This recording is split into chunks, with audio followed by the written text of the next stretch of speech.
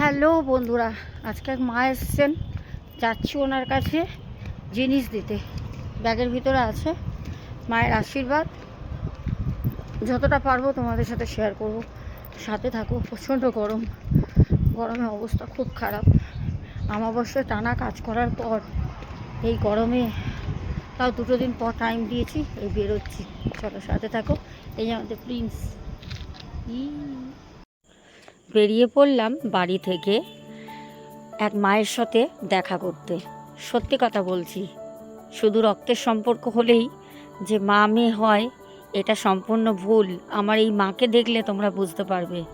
এই মা আমার কাছে কাজ করিয়েছেন অনেকবার। মা আমাকে এতটাই ভালোবাসেন আর আমি মাকে এতটাই ভালোবাসি। মায়ের খুব ইচ্ছে ছিল আমার মতো একটি মেয়ের।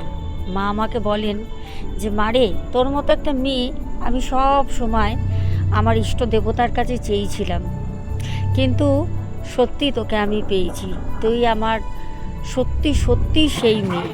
আর এই মা, যতই মাকে আমি বলি, এই যে পিঠে দেখছে একটা ঝোলা, ঠাকুমার ঝুলি, কত বকা দিই, তোমার বয়স হয়েছে, এত ভারী বইবে না, কেন আনো, আসবে যখন কি যে নিয়ে আসে আমার জন্য আমি তোমাদের ভাষায় প্রকাশ করতে পারবো না।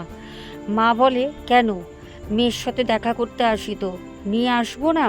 এতদিন পর মেয়ের কাছে এসছি, মেয়ের জন্য তো আনতেই হবে। এগুলো তো আমার মেয়ের জন্য, তোমাদের আমি বলে বোঝাতে পারবো না। কিছু আমার বোন আছে, অনেক দূরে থাকে, তবে আমার মনের খুব কাছে। ওরাও আমাকে কত কিছু বানিয়ে বানিয়ে পাঠায়, কাপড় জামা। আমি বলি, এগুলো কি খুব দরকার? ভালোবাসার দেখানোর জন্য কি জামা কাপড়গুলো আনার দরকার বা জিনিস পাঠানোটা খুব দরকার? বলেন না, কখনোই না, সেটা না। তুমি যে কাজ করতে পারো, তুমি যে আমাদের সংসার, আমার সন্তান, আমার স্বামী, এই যে রক্ষা করেছো, এখন এই দুনিয়ায় সবাই তো ফ্রড, সবাই ফেক। তুমি এত সুন্দরভাবে কাজ করো, যার জন্য আমাদের এই যৎ সামান্য জিনিস তোমার কাছে কিছুই না।